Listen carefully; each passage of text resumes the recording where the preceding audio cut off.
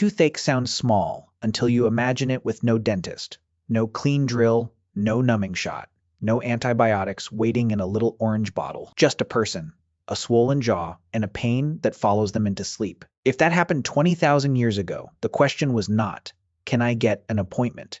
It was simpler, can I still eat tomorrow? That is the part modern people forget. Tooth pain is not just pain in a tooth. It can steal chewing, it can steal sleep, it can make a person avoid hard food, speak less, walk slower, and sit apart from the group, because every pulse in the jaw feels too loud. And ancient humans had plenty of reasons for teeth to hurt. Their teeth worked hard. They chewed tough plants, meat, grit, fibers, and food that sometimes carried tiny stone particles from grinding or processing. In many archaeological mouths, teeth are worn down like tools. Some have cavities. Some have lost teeth. Some show infection near the root. So what could a person do? The first answer is almost disappointingly human. They changed how they ate. If chewing on one side hurt, they used the other side. If hard food hurt, they looked for softer food. Cooked food, pounded roots, soaked grains, marrow, stews, mashed plants, softer meat.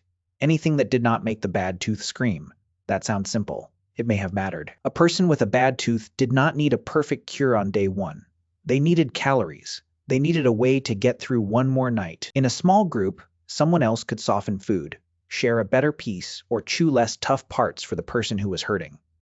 We have to be careful here. Archaeology rarely lets us see one person handing another person dinner because their molar hurt. But humans are social animals. Survival with pain is easier when food, fire, and attention are shared. The next answer is cleaning, not modern cleaning. No toothbrush from a plastic cup, but people could use sticks, fibers, bone slivers, grass stems, or rough plant material to pick at the space around a tooth. Ancient teeth sometimes show grooves where something was repeatedly pushed between teeth or along the gum. A groove does not tell us exactly what the person felt. It might mean cleaning. It might mean irritation. It might mean someone kept worrying the same painful place again and again. If you have ever touched a sore tooth with your tongue 50 times in 1 hour, you understand the habit.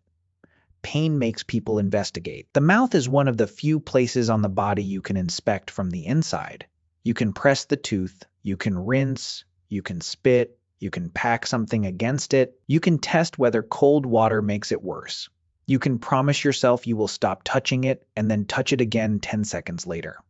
Ancient humans probably did the same kind of desperate experimenting.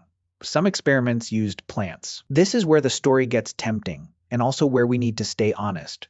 We should not imagine a neat prehistoric pharmacy with labels on the shelf. But people knew plants. They knew bitter bark, sticky resins, smoke, chewing fibers, and leaves that changed how the mouth felt. Dental calculus, the hardened plaque that survives on ancient teeth, can preserve traces of what passed through a mouth. In one Neanderthal study, researchers found evidence connected to poplar and penicillium-related mold in dental calculus. Poplar bark contains compounds related to salicylic acid, the chemical family that later leads us toward aspirin. That does not mean Neanderthals had aspirin. It does not mean they understood bacteria, but it does show that ancient mouths can hold traces of plants and microbes, and it leaves open a very human possibility. People may have chewed certain plants because they changed pain, taste, swelling, or comfort. Resins matter too. Sticky material can seal. It can cover a crack. It can keep air or food away from a sensitive spot. A Neolithic tooth from Slovenia was reported with beeswax placed on it, possibly as a filling. We cannot turn one tooth into a universal rule. Still, it is a striking image. Someone had a damaged tooth. Someone put wax on it, maybe to repair it, maybe to calm it, maybe because doing something felt better than doing nothing. Then there is the more direct kind of treatment. At Mehrgarh, in what is now Pakistan, archaeologists found Neolithic molars with tiny drilled holes. The marks look like rotary drilling.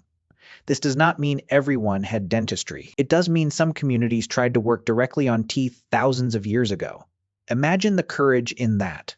Not the patient only, the person holding the tool too. A tooth is small. The mouth moves. Pain makes people flinch. There is no modern suction, no bright clinic light, no sterile tray. Just hands, pressure, trust, and a sharp understanding that the bad place is inside the tooth. But most tooth pain probably did not get drilled. Most of it was managed. People avoided the bad side. They slept badly. They pressed the jaw with a hand. They used warmth, cold water, chewing sticks, plant material, smoke, resin, rest, and soft food.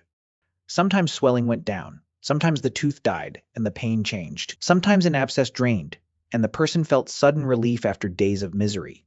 That kind of relief can be dangerous to misunderstand. If pressure drops, pain may fade, but infection can still be there. A dental abscess can spread beyond the tooth. Today, that is serious even with medicine. Before antibiotics, it could be much worse. So the honest answer is not that ancient humans had one clever trick. They had layers, food changes, cleaning, plants, resin, care from others, occasional direct treatment, and pain tolerance that modern life rarely asks from us. There is a strange intimacy to dental archaeology. A broken spear point tells you someone hunted. A burned seed tells you someone cooked. But a damaged molar tells you someone woke up in the dark and knew exactly where the pain was. That person may have pressed a cheek against a hand. They may have avoided smiling. They may have accepted soft food from someone sitting near the fire. They may have held still while another person touched the sore tooth with a tool. Or they may have done nothing, because there was nothing safe to do. That is the part that makes ancient tooth pain so different from ours. Modern pain comes with an assumption. Help exists somewhere, a clinic, a pill, a number to call. For most of human history, help was smaller and closer. A hand, a fire, a plant that might work, a piece of wax, a soft meal, a group willing to let you be weak for a while. Ancient humans survived tooth pain the way they survived many things. Not by escaping the body, by negotiating with it, one bite at a time,